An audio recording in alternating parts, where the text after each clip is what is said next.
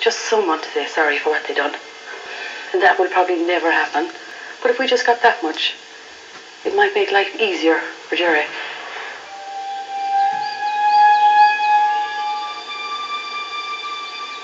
For 17 years, Jerry had been unable to cross the border back to Derry to visit his parents.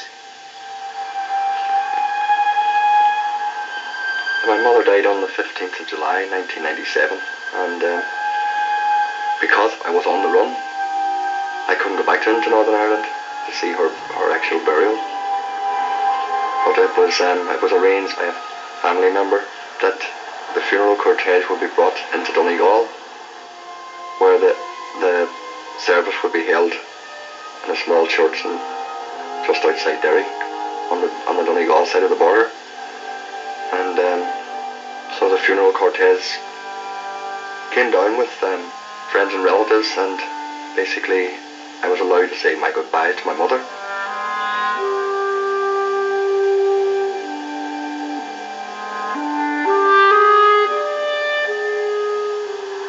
I couldn't actually believe that these people in the north, the RUC, and the judicial system itself could let things go to this, that they would deny your basic human right to see your mother's on her deathbed, first of all, and then to see her being buried.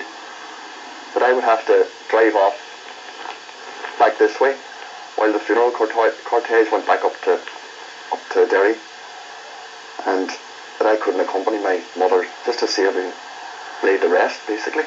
You know, and to this day it was like someone just tore the heart out of me.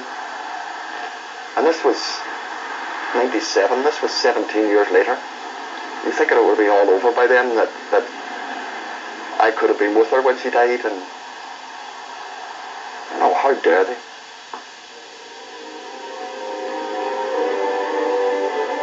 On the 19th of December 1998, 2 years after his mother's death, Jerry received a phone call telling him that all charges had been dropped. My father rang at 6 o'clock that evening. It was a Thursday night, and basically just sprang it on me. He was crying on the phone, and I said, "What's wrong?" I basically said, "What's wrong with you?" And he said, "They dropped the charges, son." And I said, "What do you mean? After all this time?" And he said, "We just got word today that the RUC are that all the charges are dropped." And I was sitting in the hallway there by the phone, and I sat on the ground listening to him, and I said, this is unbelievable, and I put the phone down, and I basically just sat there. It was as if I was a pawn in a chessboard or something, that they'd played around, messed up my life for all those years, and felt right an early Christmas present for them 20 years later. But I felt definitely a certain amount of anger. So it was all about going telling people then. We'd have to tell people, because he was going to have to go up to Belfast, so it was going to be on the news. So I suppose I was more concerned about my mother and father and how we were going to tell them, and Jerry decided he'd do it then, because he'd do it on his own, and I'd just call up. I had to go up and basically get Judy's mother seated. And she didn't. She was putting the decorations on the tree, because she always says, I fell up against it. She fell up against the tree, and I had to basically sit them down and tell them at 17 years old I was charged with murder. And can you imagine? My God. And I sat for the next, I suppose, a full hour telling them, and I wasn't crying, and it was probably one of the, because I didn't know how they were going to react. They could have thrown me out of the house and said, "How dare you?" You know. They were just disgusted we'd never told them. They couldn't understand it, how we had never went to them with that and never told them the story. But where were you going to start? In Belfast High Court, the Derry Four were acquitted. The RUC would offer no evidence due to the passage of time, and Jerry was given no reason why he or any of the other three were arrested. For the first time in 20 years, Jerry was free to travel back across the border to the north, to his hometown of Derry. When I'm down in Killarney, I feel that what I went through was pretty traumatic and unbelievable. But when you come back to a place like this and you see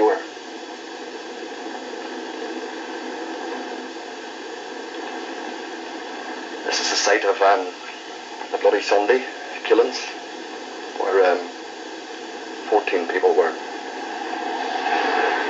murdered, basically, and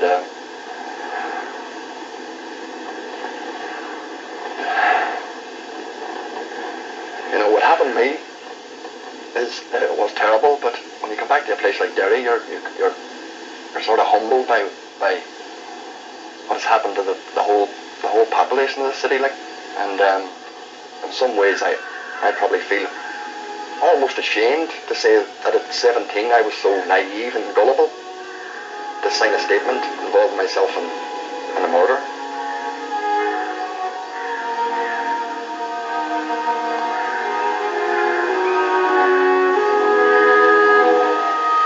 All the years I couldn't go home, they were there, and I suppose pining for me to come home. And now that I'm able to come home, they're gone.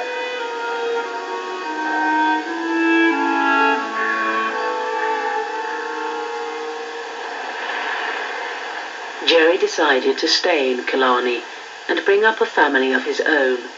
He now has 2 children, Gary, aged 7, and Rachel, aged 5. My 2 beautiful children, like, and the absolute only good thing ever to come out of this. I know there'll come a time, I've thought about it already, like probably when they're going into their teens, where I'll have to sit them down and tell them this. And it's something that they're going to have to live with. Oh, that's Gary McGowan. His father was involved in trouble up the north, and probably take a slagging at school. Oh, your father was this, he was that, and you know, it'll be thrown in his face. I'll just have to try and shelter him from it, and hopefully in years to come I'll be able to show him cuttings from the papers and just what myself and my wife can tell him. All I can do now is give my 2 kids my time and hopefully bring them up as well as I was brought up.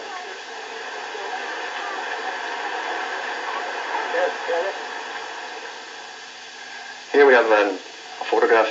This one actually was when I played with Leicester City Reserves, and this was the Bass Charrington Vase, I think it was known as, and it was at the time it was the biggest trophy in Europe, and we had beaten Wolverhampton Wanderers 4-1 at Molyneux. And I think you can see here you have Gary Lineker, and here's myself. And here again you have Gary Lineker, and here I am squatting right in front of him.